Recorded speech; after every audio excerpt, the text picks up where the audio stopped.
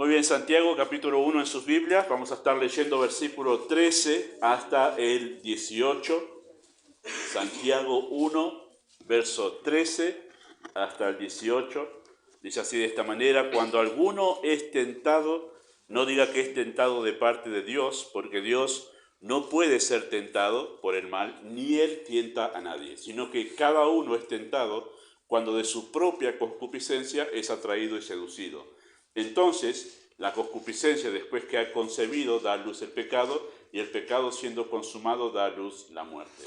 Amados hermanos míos, no erréis. Toda buena dádiva y todo don perfecto desciende de lo alto, del Padre de las luces, en el cual no hay mudanza ni sombra de variación. Él de su voluntad nos hizo nacer por la palabra de verdad, para que seamos primicias de sus criaturas. Muy bien, oramos. Amado Padre Celestial, nosotros damos muchas gracias por este tiempo precioso de adoración que hemos tenido mediante los cánticos. Gracias por aquietar nuestros corazones y llevarlos a pensar en este día en las cosas de arriba, por hablarnos en ese tiempo, llevándonos a considerar verdades de la Escritura que están en la mente y el Espíritu las trae presentes. Por eso damos muchas gracias y pedimos que así sea en este momento al examinar la Escritura, que podamos ser instruidos y que nos prepares también para orar de la manera apropiada en esta tarde. Pedimos tu bendición en el nombre de Jesús. Amén. Bueno, volvemos a Santiago una vez más, ahí, luego de un mes que no hemos tenido esta carta, y volvemos a hacer ahí un simple recordatorio de que la primera parte, esos versículos 2 al 12, ahí hay toda una sola unidad de pensamiento, hay un solo pensamiento. ¿Qué quiere decir un solo pensamiento?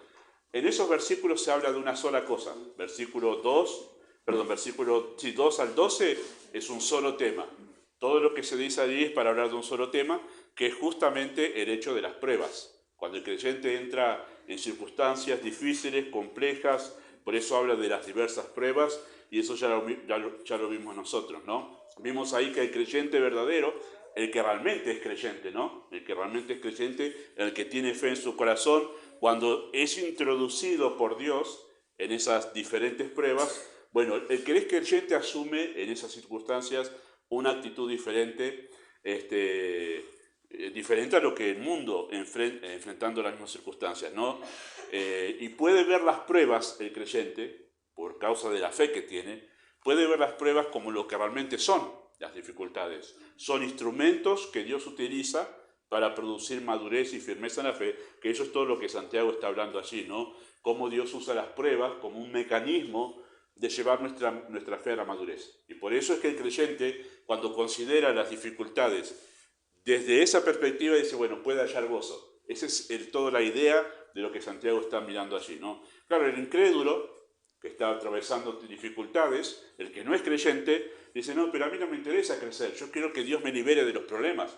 Y ahí es donde uno realmente ve que una persona que está en la iglesia y lo único que le interesa es ser librado de todos los problemas, decimos, bueno, en realidad quizás no hay fe verdadera. Porque el creyente dice, bueno, no, la verdad que este es un proceso en el que Dios me está llevando a la madurez, bárbaro entonces. Si esto sirve para que Cristo sea formado en mí, bien, lo voy a soportar y lo voy a soportar con gozo. Eso es la diferencia entre alguien que realmente es verdadero creyente y aquel que dice ser creyente y no lo es. Dice, no, la verdad que crecer en Cristo, no, yo quiero que ya me libere. Vamos a hacer cadena de oración para que este problema se termine y listo.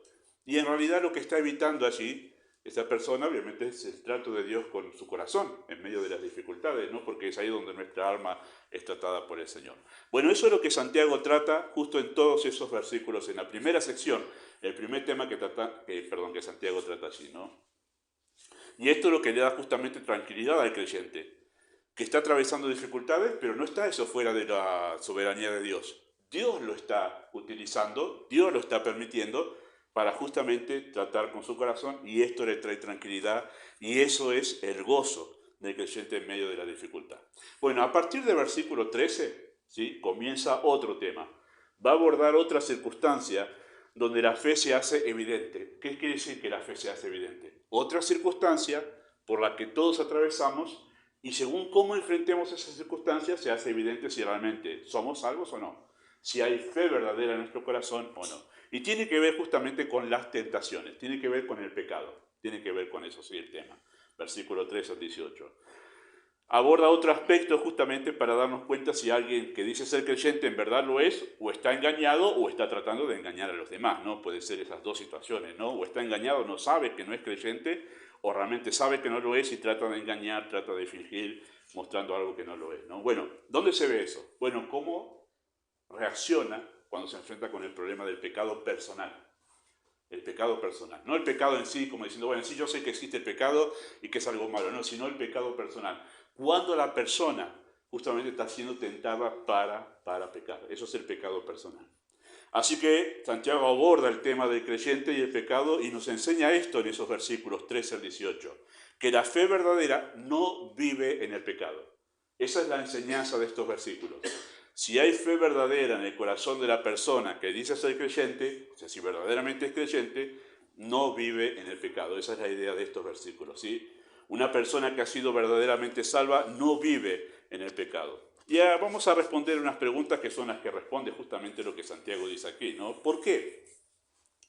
¿Por qué el que dice ser creyente o el creyente no vive en el pecado? ¿Sí? Bueno, Santiago nos da dos respuestas. La primera respuesta, que es versículo 13 al 15, es esto.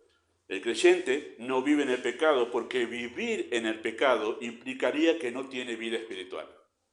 ¿Sí? El creyente no puede vivir por su naturaleza de creyente, por lo que implica ser creyente, no puede vivir en el pecado, porque si vive en el pecado, entonces no es creyente. No es creyente. Noten lo que dice el versículo 13 al 15 en ese texto allí. Cuando alguno es tentado, no diga que es tentado de parte de Dios, porque Dios no puede ser tentado por el mal, ni Él tienta a nadie. Sino que cuando uno es tentado de su propia concupiscencia, es atraído y seducido. Entonces la concupiscencia, después que han concebido, da a luz el pecado, y el pecado, siendo consumado, da a luz la muerte. Esa es la conclusión a la que llega Santiago cuando está hablando aquí de que alguien se está enfrentando a una tentación. Habla del derecho de una condición de muerte. Santiago concluye que una persona que vive en el pecado está espiritualmente muerta. No hay vida dentro de la persona. ¿Sí? Eso es lo que está diciendo. El pecado da a luz la muerte. Su actitud hacia el pecado de esta persona que dice ser creyente es la evidencia de su falta de vida espiritual. ¿Sí? ¿Qué actitud? ¿Qué actitud podemos nosotros tener en cuenta, nos dice Santiago aquí, que nosotros debemos examinar para ver si la persona realmente está reaccionando como un creyente o como un incrédulo ante el pecado, ¿no? ¿Cuál es la actitud que tiene hacia el pecado alguien que no es salvo? En primer lugar, no asume su responsabilidad sobre su pecado personal. Eso es muy común notarlo, ¿no? Eso lo vemos nosotros en las personas que no conocen a Cristo, pero nosotros lo podemos notar en aquellos que sí dicen ser creyentes, y cuando en realidad no lo son, es que cuando se enfrenta con el pecado personal no asume su responsabilidad. ¿Sí? ¿Qué quiere decir que no asume su responsabilidad? Que le echa la culpa a otro. No la tengo yo la culpa de haber pecado, de haber caído en este pecado. La culpa la tiene otra cosa.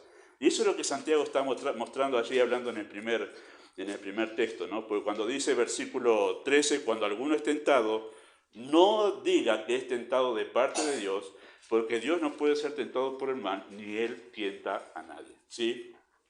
No asume su responsabilidad y trata de excusarlo al pecado, la persona que no es creyente.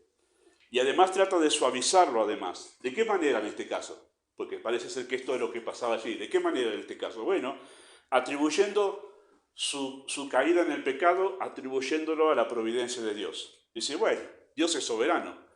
Dios me metió en esta circunstancia. Y bueno, pequé porque Dios quiso que pecase. Esa es la manera que algunos tienen espiritualizando su pecado. Diciendo, bueno, yo estaba acá y lo que siempre está tratando de hacer es, yo no tengo la culpa. En este caso la culpa está culpando a Dios. Es tremendo eso. Dios quiso que yo pecase y bueno, pequé. Siempre está tratando de excusarse de su responsabilidad personal sobre el pecado, ¿no? En lugar de asumir su culpa, se ve como una víctima de las circunstancias externas. Y bueno, así es Dios gobernando el mundo. Yo atravieso por estas circunstancias y son las situaciones en las que Dios me puso, las que me presionaron para que yo terminase pecando. Y nunca terminé diciendo, es mi responsabilidad. Pequé porque en realidad el pecado está dentro de mi corazón, ¿no? Bueno, no asume su responsabilidad personal sobre lo que hizo, ¿no? Trata de excusarse sobre eso. Bueno, esto tiene tiene una aplicación mucho más amplia. No necesariamente nosotros, o mejor dicho, no necesariamente la persona que es incrédula va a estar directamente atribuyendo la responsabilidad de su culpa a Dios, sino a veces en realidad al entorno. El esposo dice, bueno, yo traté mal a mi esposa, pero porque ella, usted no sabe cómo es. Bueno, se excusa de su responsabilidad.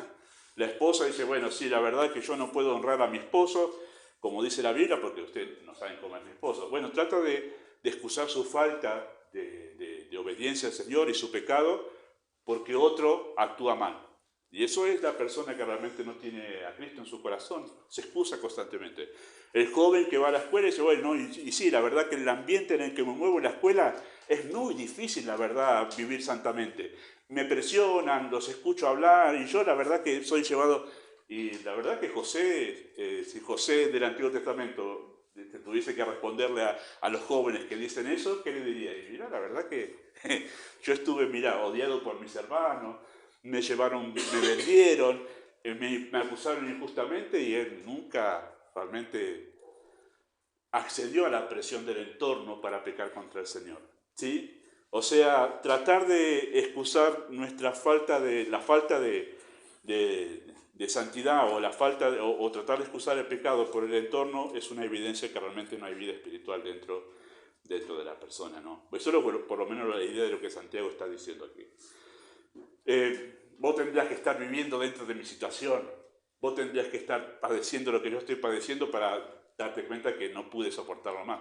Bueno, circunstancias, personas, incluso hasta Dios, eso es lo que hace la persona que no tiene vida espiritual, no asume su responsabilidad sobre sus actos pecaminosos, ¿no? En segundo lugar, cede su voluntad a la concupiscencia, porque dice en versículo 15, dice versículo 14, cuando alguno es tentado, cada uno es tentado cuando de su propia concupiscencia es atraído y seducido, ¿sí? Santiago dice que el pecado se origina dentro de cada persona, a partir de un deseo fuerte, que ese deseo fuerte es llamado aquí la concupiscencia, ¿sí? Nosotros no pecamos porque nos presionan de afuera, nosotros pecamos por lo que hay dentro nuestro, ¿sí? Como Cristo era santo, no tenía pecado adentro como nosotros tenemos, Él atravesó todas las circunstancias que nosotros atravesamos, pero sin pecar, sin pecar. Ahí está demostrado que el problema de responder de manera pecaminosa a las circunstancias de las personas es un problema adentro nuestro, ¿sí? No, la verdad que me hizo enojar, decimos, ¿no? No, vos te enojaste, caíste en la ira, en la bronca que se manifiesta en malas palabras y en violencia, caíste en eso por tu propio corazón pecaminoso. No en realidad porque otra persona te hizo enojar, ¿sí? Así que Santiago está diciendo que el pecado se origina dentro de la persona a partir de un deseo fuerte que es conocido como la concupiscencia, ¿no?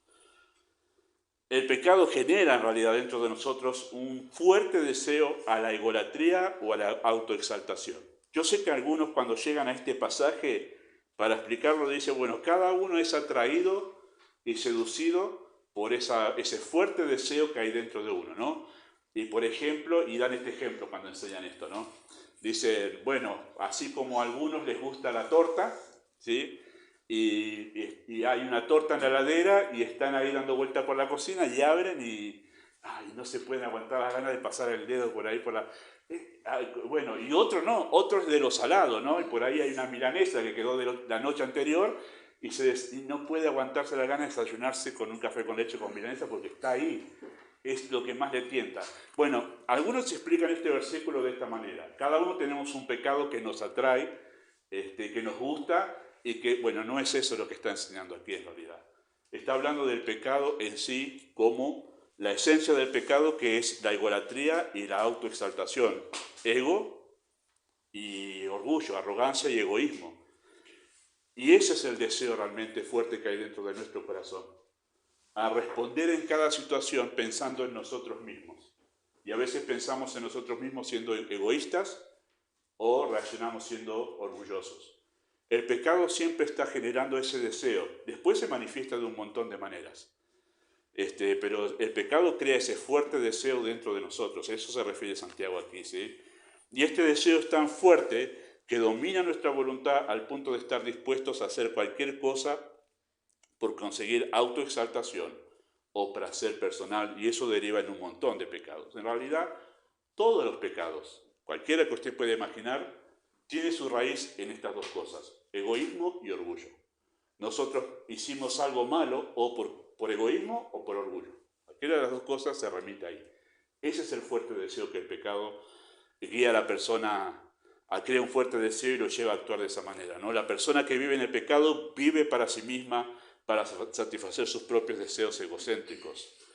Y esta es una de las diferencias más tajantes entre un creyente y un incrédulo. El creyente ha muerto a sí mismo y ahora vive para Dios, ¿sí? Por eso es que nosotros notamos aquí, decimos esto como una manera muy, muy clara y contundente, que realmente la persona que ha sido salvada, verdaderamente la que tiene fe en su corazón, no cede a ese deseo del corazón, no cede a ese deseo egoísta, egocéntrico o orgulloso del corazón, sino que cuando se enfrenta ante una circunstancia dice, yo he muerto con Cristo, yo ya no pienso en mí, pienso sino en la gloria de Dios. Eso es lo que hace el creyente, esa es la diferencia entre el creyente y el incrédulo. Y en tercer lugar, no logra ver su pecado como algo malo. ¿Ha notado esa expresión que dice ahí en el versículo 14 al final? Dice que de su propia concupiscencia es atraído y es seducido, ¿sí? Esa palabra que tenemos ahí, ese término atraído, bien seducido y atraído, esa palabra atraído, en el griego viene de o significa, mejor dicho, carnada, como cuando uno, no soy pescador, pero cuando el pescador va y le pone al anzuelo el gusanito, el pedazo de pan, un pedazo de pollo, o no sé lo que sea, según lo que va a pescar, para cubrir, para esconder el anzuelo. El pececito va y lo que ve, no ve el anzuelo que lo va a terminar atravesando. Lo que ve es la comida esa, está siendo engañado. Esa es la idea de esa palabra atraído. No está viendo el peligro que hay detrás, solamente ve eso que le gusta, que quiere lograr, que quiere alcanzar, ¿no? Eso es lo que está diciendo, como que está camuflado ahí el pecado, para que no lo vea la presa y caiga en ella ignorando el peligro, ¿no? No distingue lo peligroso del pecado, no considera sus graves consecuencias, lo toma livianamente, mostrándose insolente y confiado. Así actúa la persona que dice ser creyente, pero en realidad con el pecado es como que juega con el pecado. Siempre está ahí como diciendo, no me va... Esto yo sé que es pecado, pero esto la verdad que no me va a hacer mucho daño. Juega con el pecado, no ve el peligro, no lo ve como serio, no lo ve como malo, no lo ve como algo que trae graves consecuencias a su vida. Realmente no ve lo dañino del pecado. Eso es lo que pasa con la persona que dice ser creyente, pero no lo es, ¿sí? Cae en el engaño del pecado, eso es lo que sucede aquí. Hebreos capítulo 3 habla de esto mucho más extensamente. Y Hebreos capítulo 3 habla de una manera mucho más seria lo pone al tema, lo expresa el tema, porque habla en capítulo 3 de aquellos que caen en el engaño del pecado. El escritor dice, miren que no haya entre vosotros corazón malo de incredulidad para apartarse del Dios vivo, que no caigan en el engaño del pecado.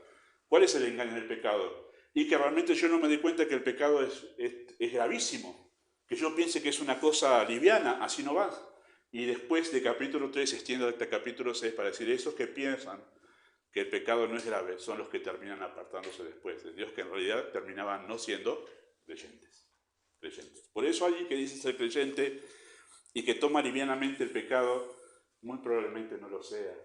El creyente toma en serio el pecado, sabe que es grave para su vida, sabe que es algo serio, es una ofensa contra Dios y sabe lo dañino que es. Así es la persona que realmente tiene fe verdadera en su corazón, ¿no? Tiene esta actitud hacia el pecado. Así que el que está sin Cristo cae en el engaño de su propia concupiscencia, de su propio egoísmo, de su propio orgullo, sabe que está haciendo mal, pero no logra darse cuenta de que se trata de su propio orgullo y su propio egoísmo, que lo lleva realmente a hacer eso, ¿sí? Todo esto es evidencia de muerte espiritual, sin salvación, perdido sin Cristo. Porque dice el pecado, después de todo esto, da luz la muerte. Algunos aplican esto al creyente, pero esto no es aplicable al creyente. Porque el creyente no está muerto espiritualmente.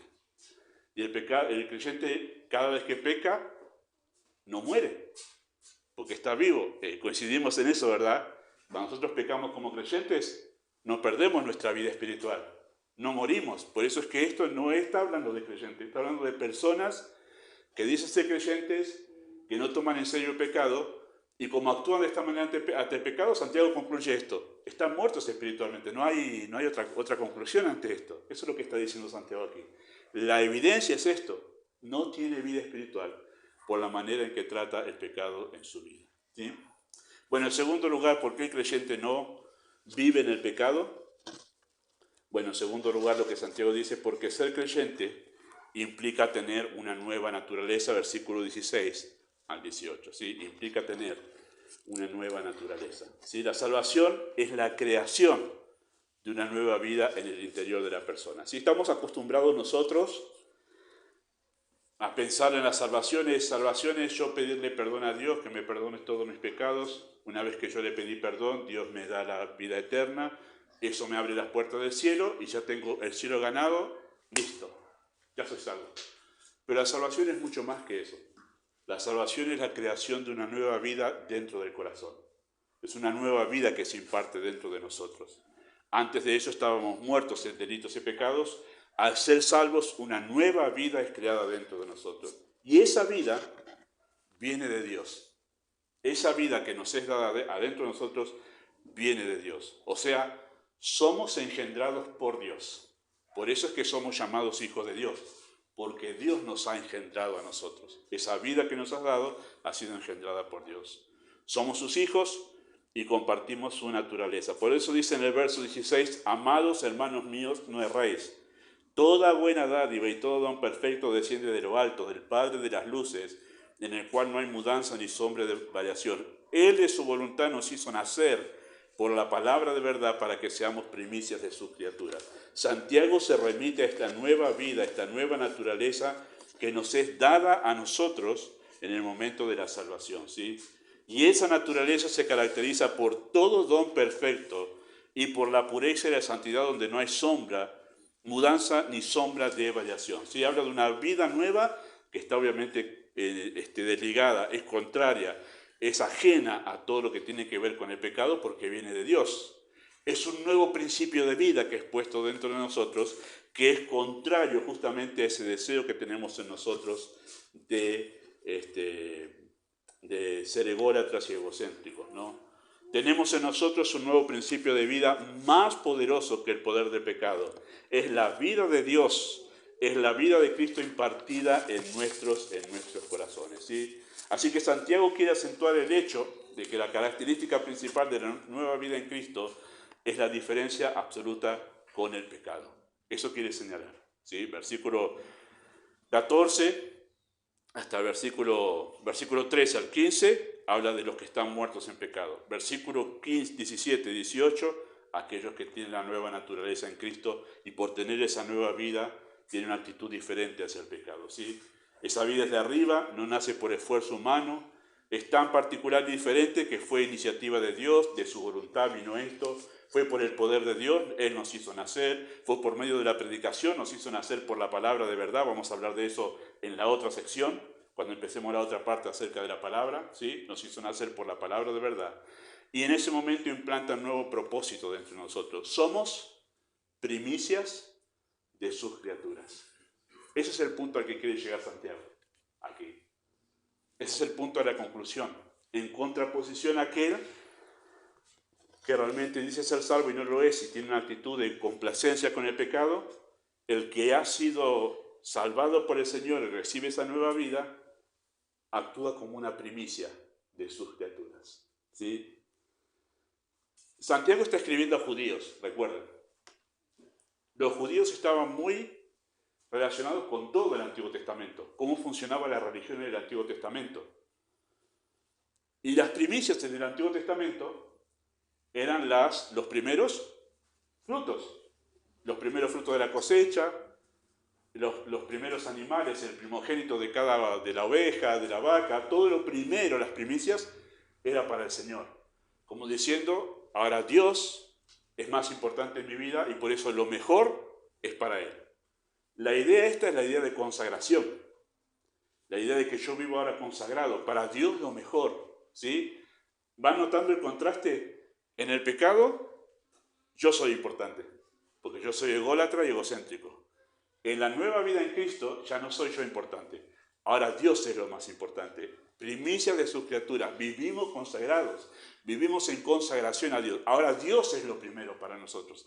Esa es la idea que Santiago está queriendo establecer aquí, ¿sí? Somos consagrados, somos sagrados para Dios. Hemos sido comprados por precio, somos su posesión. Esta condición demanda una vida sagrada alejada del pecado, ¿sí? Así que la nueva naturaleza implantada en nosotros, implanta en nosotros, la idea de santidad y de consagración. Por eso es que asume el creyente verdadero una actitud diferente hacia el pecado, ¿sí? El nuevo deseo que viene de Dios es mucho más fuerte que el deseo del pecado que nos impulsa a vivir para nosotros mismos. Ese principio de vida que nos ayuda a vencer el pecado, ¿no? Y esta verdad es la misma que Juan escribió justamente en la primera carta, en 1 de Juan, capítulo 3, 6 a 9, que no lo vamos a leer ahora, pero dice así: todo aquel que es nacido de Dios no practica el pecado. Y no es que no tiene pecado, sino que no practica el pecado, todo aquel que es nacido de Dios. Escuchen esto, los creyentes no somos ni perfectos ni impecables. No es que dejamos de pecar, todavía luchamos con el pecado, ¿sí? Seguimos conviviendo con el pecado en nuestro interior.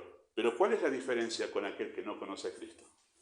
Bueno, a diferencia de aquellos que no son salvos, nosotros no mantenemos un estilo de vida caracterizado por el pecado. O sea, el pecado no nos domina. Esa es la diferencia. Está dentro de nosotros, pero ya no nos domina, ¿sí? Ya no nos domina. Hemos cambiado nuestra manera de ver el pecado, lo reconocemos como nuestra responsabilidad ahora. Eso es lo que diferencia al creyente del incrédulo, de aquel que no es salvo. El creyente le reconoce su responsabilidad y dice: no, esto es por mí, esto es por el pecado que está dentro de mí. Le dice el esposo a la esposa: perdóname que te grité, pero no tenía que haber hecho eso, es mi culpa. No va y le dice: mira, la verdad que sí, hice mal, pero la verdad que vos también. No dice eso el creyente. El creyente dice: yo tengo la. Y no está repartiendo un poco y un poco, 50-50. No, la esposa lo mismo con el esposo, ¿no? Asume su responsabilidad. Los hijos con los padres, ¿no?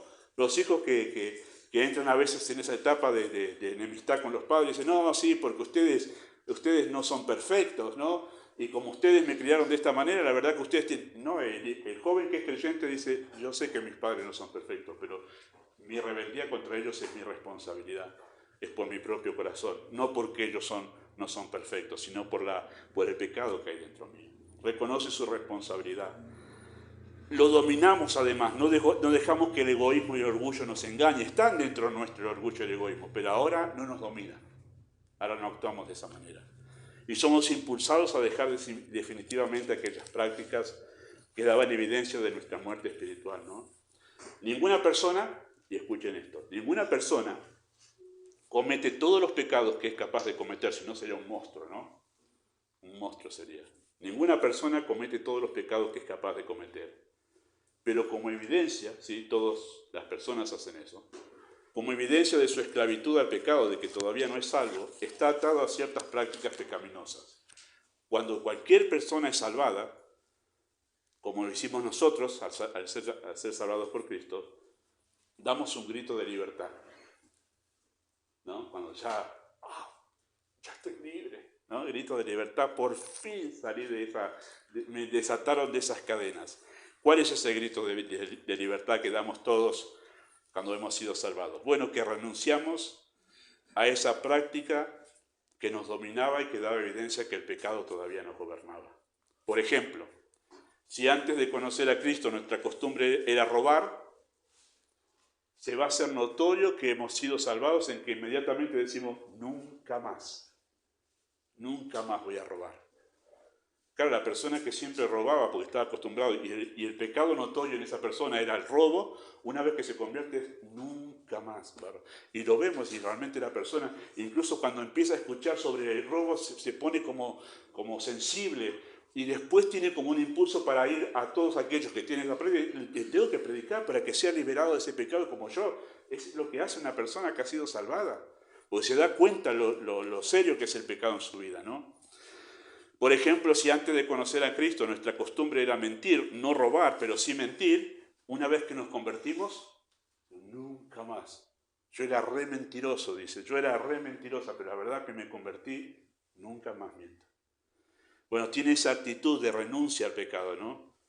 Si nuestra costumbre era hablar malas palabras, éramos boca sucia, como se suele decir, no, la verdad que antes yo era re boca sucia, pero me convertí, nunca más. Y hasta se pone sensible con las malas palabras. No, acá, en casa no, en casa malas palabras, porque ha sido libertado del pecado. Y muestran ese cambio rotundo que realmente el pecado ya no lo domina. Si nuestra costumbre era responder con violenta ira, cuando nosotros somos salvados, nos volvemos mansitos, solemos decir nosotros, ¿no? ¿Qué pasó con fulano? Ahora anda mansito, mansito. Y ahora ha sido liberado de aquello que lo tenía atado, esclavo del pecado. Ahora actúa diferente. Es su grito de libertad. ¿Sí? Así con cualquier práctica que nosotros podamos mencionar. Entonces, Santiago llega a esta conclusión con todo esto, ¿no? El que tiene fe verdadera no vive atado al pecado.